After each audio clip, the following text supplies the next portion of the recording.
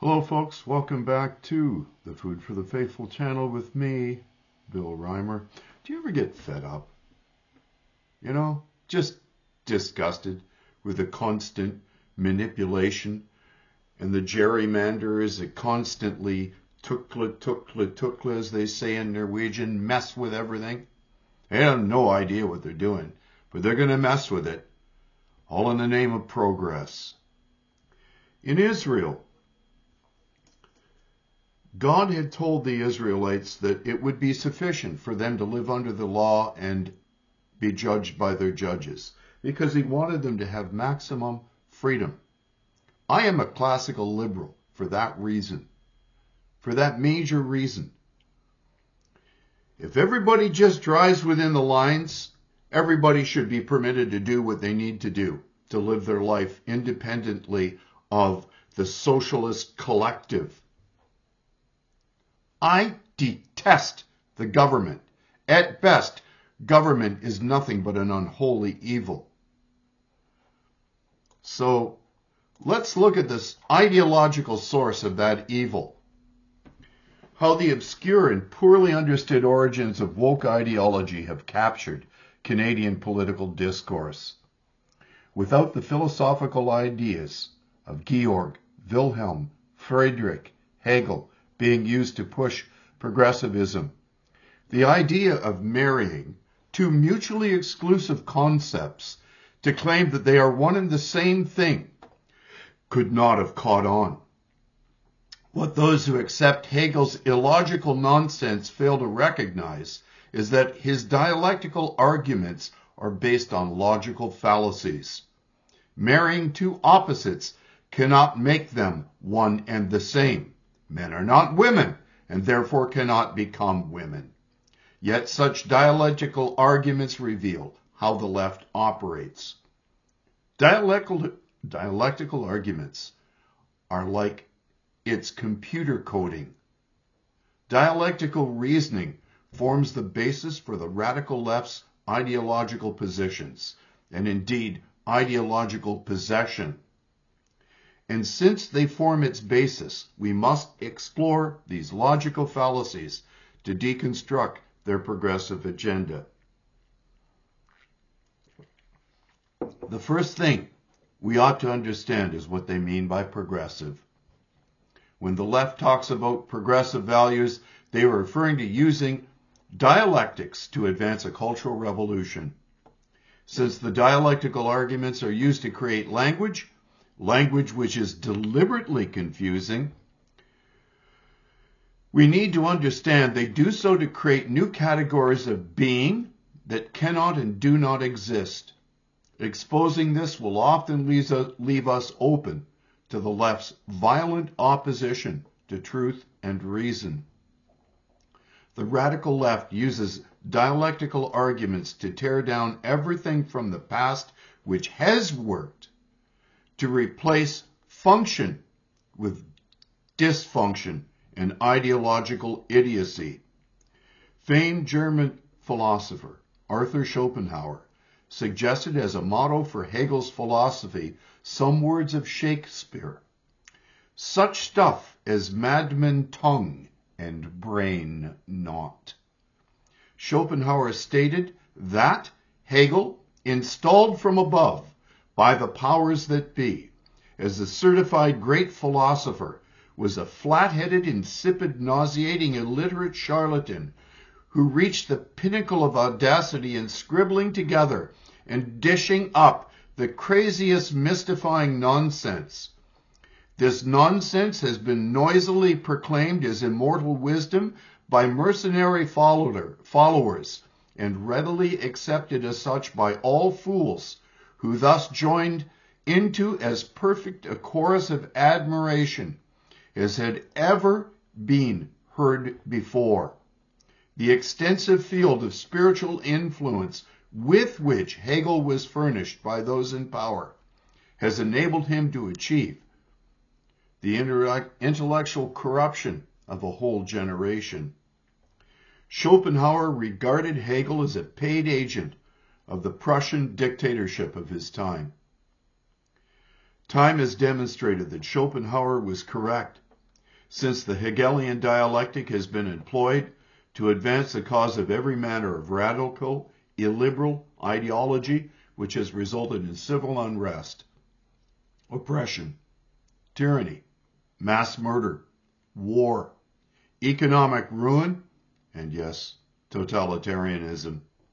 Need we then wonder why Trudeau's entire political reasoning rests upon such ideological nonsense? Should we be amazed that he supports the ongoing, unwinnable war in the Ukraine? Should we be surprised that a member of the Waffen-SS was just this past week given a standing ovation in the Canadian legislature for fighting with the Nazis against Russia during World War II? After all, the Russians were our allies during the Second World War. Canada has been driven to madness by dialectic illogic, and we must not permit its woke unreason to stand unchallenged, or it will have achieved the intellectual corruption of an entire generation, present generation.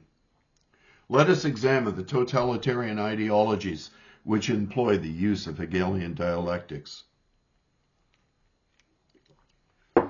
Although this is a difficult question to answer, since different totalitarian ideologies may have different degrees of influence from Hegel.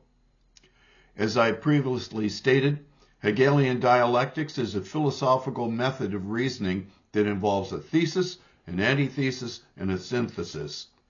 Hegel believed that this process of dialectical reasoning was the driving force of history and the expression of the absolute spirit.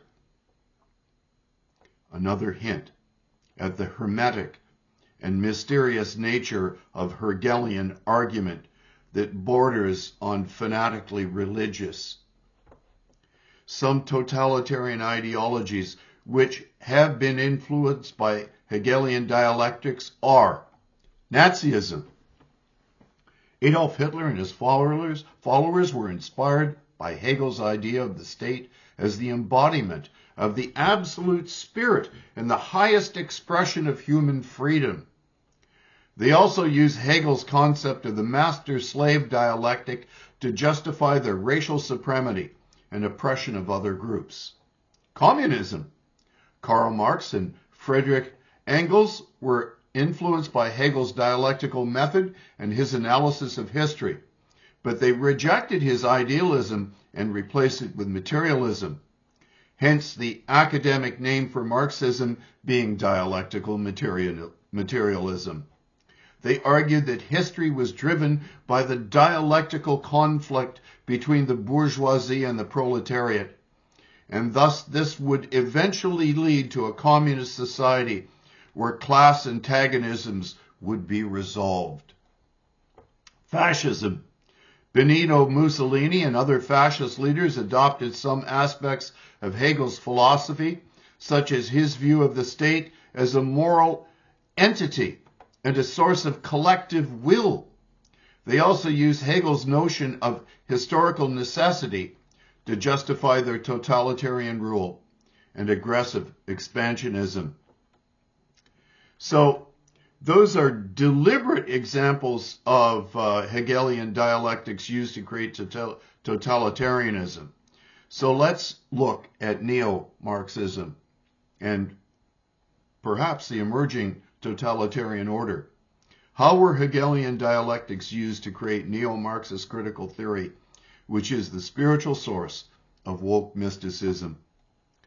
Hegelian dialectics played a significant role in the development of critical theory, particularly through the work of thinkers like Karl Marx and the Frankfurt School.